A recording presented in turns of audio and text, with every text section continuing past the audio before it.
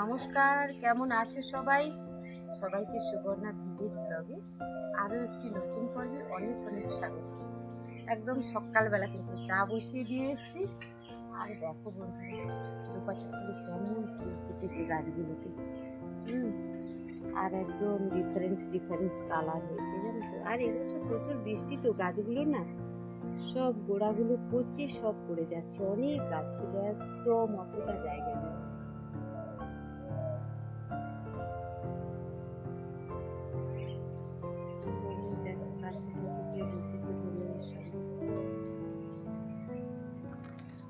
আচ্ছা, চাপ দিয়ে চলে গেল আমাদের দেখে।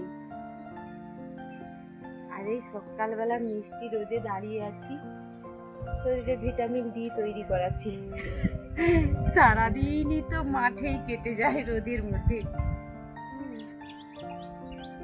ঘুরে এসেছে দেখো সকালবেলা, একদম মধু আহরণের জন্য।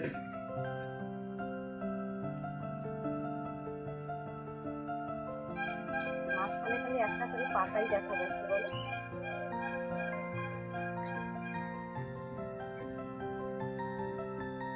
এখন কিন্তু আমরা সবাই চা খেতে বসে গেছি, তবে লাল চাই খাচ্ছি, দুধ চা বানাইনি আজকে। হেলথ কনসিয়াস সিমনির গরম চা দরকার হয়, একদম গরম। আর আমাদেরটা একটুখানি ঠান্ডা, কারণ আমরা করেছি আদা আর তুলসী পাতা দিয়ে মাসিমণিকে লেবু চা। মাসিমণি লেবু চা খেতে ভালোবাসে। আর আমাদের ক্যামেরাম্যানের কোন চা? যেটা নিতে অনুরানী লেবু চা, যা হলে তুলসী পাতা, যেটা হলে। আর কি বলতো, বৌমনি দুধ চাটা খেতে চায় না, লাল চাই খেতে। তার সঙ্গে কালকে সন্ধ্যেবেলার কিছু ছিল, সেটাও চায়ের সঙ্গে বেরিয়ে। এটা তো আমি খাবো, এটা আমার প্রিয় চায়ের সঙ্গে। হ্যাঁ, ভালো লাগছে। ওহো, আবার কাকিমা কোথায় বসেছে দেখো। Biscuit biscuit biscuit. তুমি এটা নিবে না? না কেন? এই জন্য নিচে বসলে উঠতে পারে না, এই জন্য উচ্চ আসনে। বৌমনি কাপে খাবে না গ্লাসে খাবে? ও বৌমনি, তুমি যেটাতে নিয়ে নাও, তারপরেটা যেটা থাকবে আমি।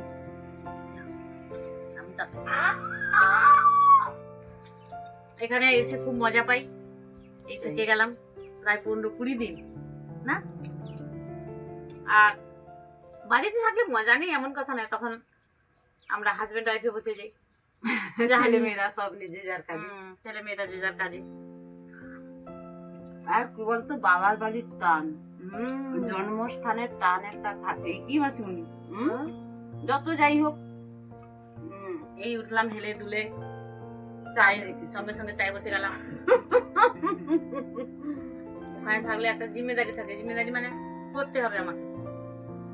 এখানে বউয়ের রান্না, বোনের কাজকর্ম, রান্না, বিন্দাস। আরেকজন আসে কিছু ওই দিক থেকে, আমার ভাই। বিস্কুটটা খুব ভালো লাগে, টপসে। মিঠুরও পছন্দ হয় বিস্কুটটা, মানে এটা খেতে ভালো লাগে।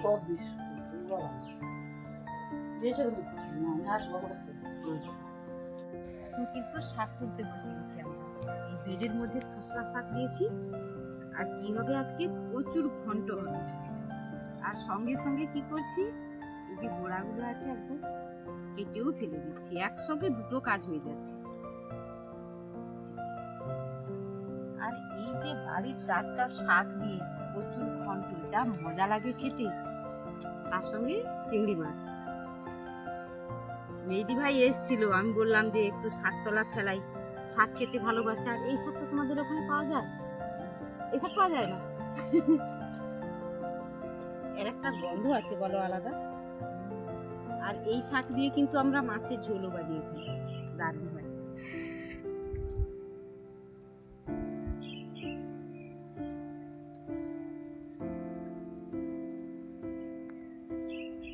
নরম একদম শাক, সুন্দর সুন্দর শাক, নরম নরম নরম নরম। আর কি বলো তো, এটা ঢাকিয়ে রাখতে হয়। তুমি একদম, এটা মানে গরম জল পড়লে তো একদম এক ঝুড়ি শাক একটু হয়ে যায়। হ্যাঁ, একদম নরম।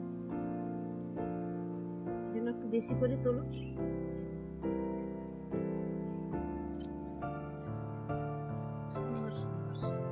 পোকাও নাই কিন্তু শাক।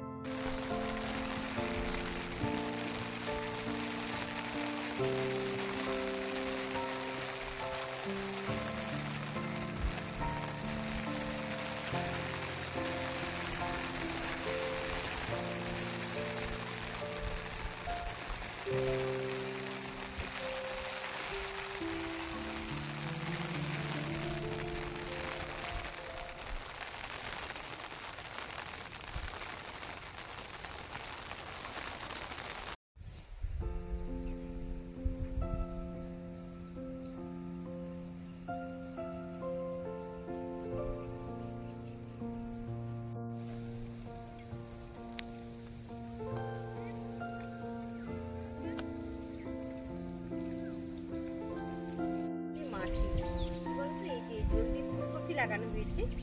আর রাত্রির বেলা কি হচ্ছে জানো তো, সব পোকা কেটে দিচ্ছে আর কাঠ যোগ খেয়ে যাচ্ছে। এই জন্য লাগানোর পরেও আবার চারা গোফাতে হয়।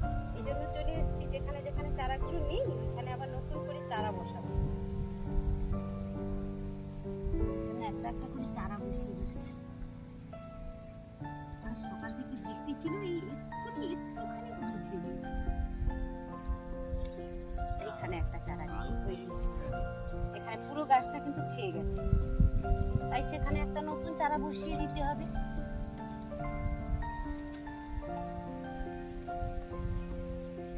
কি করে যাই, খুব জোরে লাফ দিতে হবে। উপরে পা পড়ে গেছে, একটু তো পা ফেলতে নেই উপরে, তাহলে মাটিটা কিন্তু বসে যাবে।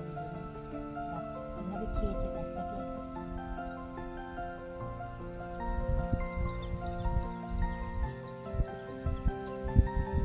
এরকম দেখে দেখে সব চারা বসিয়ে বসিয়ে যেতে হবে। যেখানে গাছগুলো নেই সেখানে বসাবো। এই জন্য হাতে কয়েকটা চারা নিয়েছি, ঘুরে ঘুরে বসিয়ে দিচ্ছি। কোথায় নেই সেটা দেখতে পাচ্ছি। দেখো বন্ধুরা, এখানে একটা এলা চারা হয়েছে। এলা বলতে কি বলতো, এই যে ফুলকপি হোক আর বাঁধাকপি হোক, এর মানে ডোগার পাতাটা যদি না থাকে তাহলে ওটা এলা চারা। ওটাতে কপি হবে না, খালি বড় গাছই শুধু হয়ে যাবে, সব সার দিয়ে অন্যান্য গাছ। ঘাসও হয়েছে খুব, একটু সময় পাচ্ছি না, সময় পেলে কিন্তু চলে আসবো। এত দিদিরা সবাই বাড়িতে ছিল, কাটছিল, যেটা পাচ্ছি একদম তুলে ফেলে। ঘুরে ঘুরে দেখতে হবে তো কোথায় চারাটা নেই, কোথায় চারা নেই। এখানে কিন্তু খুঁজে খুঁজে বসাতে হবে। আর বাড়িতেও কিন্তু কপি লাগানো হয়ে গেছে আমার। এইখানে একটা আছে বলতে সেটা ওই যে খেয়ে নিয়েছি, কাঠযুগ খেয়ে নিয়েছি। আর সুন্দর ওয়েদার একদম কপি লাগানোর জন্য। মাঝে মাঝে একটু একটু হালকা রোদ হচ্ছে আর বৃষ্টি হচ্ছে, আবার কিন্তু একটা মেঘ করেছে, এই বৃষ্টি এলো বলে।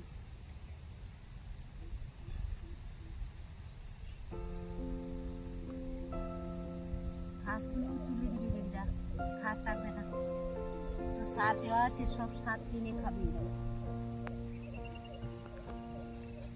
এবারে আবার আমাদের কপি বাড়ি বাছা শুরু হয়ে যাবে, যত ঘাস আছে সব তুলতে হবে তো। আমরা একসঙ্গে দুটো কাজই করে ফেলছি, ঘাসটাকেও তুলে ফেলছি আর নতুন চারা বসানো হচ্ছে, যেটা আমরা বলি চারা বসানো।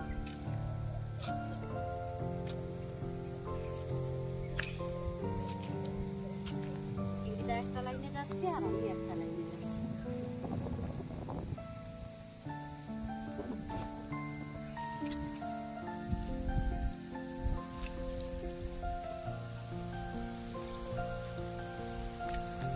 সব মাঝে নালাতে এখন ঘাসগুলো রেখে দাও, তারপরে বালতি এনে তুলে তুলে ফেলে দিতে হবে।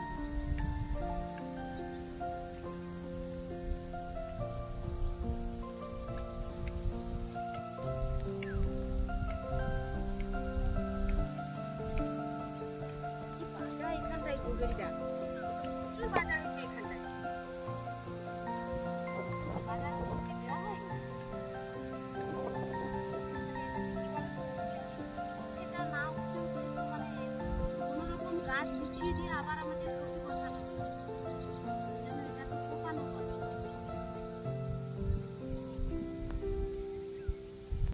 দেখো বন্ধুরা, এটাকে কি বলে, মুথা ঘাস। দেখো যেমন শিকড় দিয়েছে, একটা থেকে আর একটা এর যোগসূত্র আছে, একটা সুতোর মতো একটা শিকড় থাকে, যে এদিক থেকে ওদিক চলে যাবে। এর মূলটা তোলা কষ্ট হয়েছে, এখন মাটি নিচে আছে বলে কিন্তু উঠে পড়েছে। এটা কেটে গেল। আমরা একসঙ্গে দুটো কাজই করছি, একদম কিছুটা ঘাস তুলেও ফেলে দিচ্ছি, আবার নতুন চারাও বসাচ্ছি। এখানে একটা বসাতে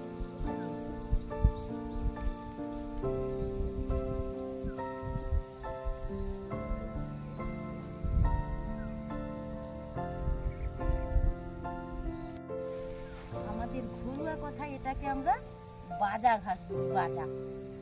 আবার এর মূল কি হয় জানো তো, ভীষণ উপকারী কিন্তু। এর যেই নিচে একদম মাটির নিচে মাটি খুঁড়ে বের করতে হবে, গুটি গুটি মতো থাকে। যাদের আমাশা হয় তাদের জন্য কিন্তু ভীষণ উপকারী। যেমন বলো, আমার বাবা ছিলেন যখন, বাবার দীর্ঘদিন আমাশা ছিল, আমাশার ওষুধ খেয়ে খেয়ে একদম ভালো হচ্ছিল না। তো একজন বাবার বন্ধু ছিল, উনি বললেন, বেনু মণ্ডল মহাশয়, উনি এখনো আছেন, ভালো থাকুন, সুস্থ থাকুন। তিনি বললেন, বলে ভুলুকে গিয়ে বলবে তো একটু বাজামুলের শরবত করে দিতে। আমি 7 দিন ওই 7-8টা করে মূল তুলতাম মাটি খুঁড়ে কোদাল দিয়ে দিয়ে ওইটাকে বেটে দিয়ে দিতাম সকালবেলা, একটুখানি জলে বেটে শিলনোড়াতে, তাতেই একদম চিরতরে চলে গেল কিন্তু এই আমাশা। অনেককে বলেছি আমি, অনেকে কিন্তু উপকারিত মানে উপকার পেয়েছে এর জন্য। পরিমাণ হচ্ছে, বাহ।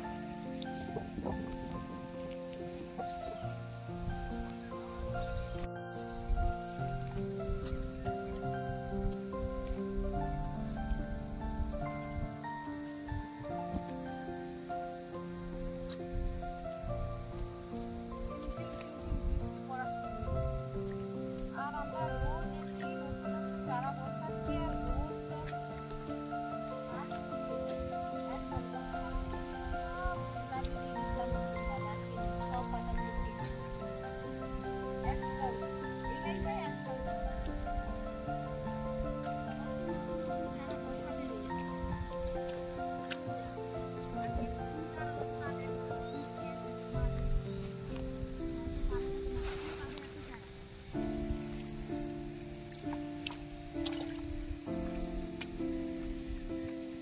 একদম এই জায়গা পুরো নেই।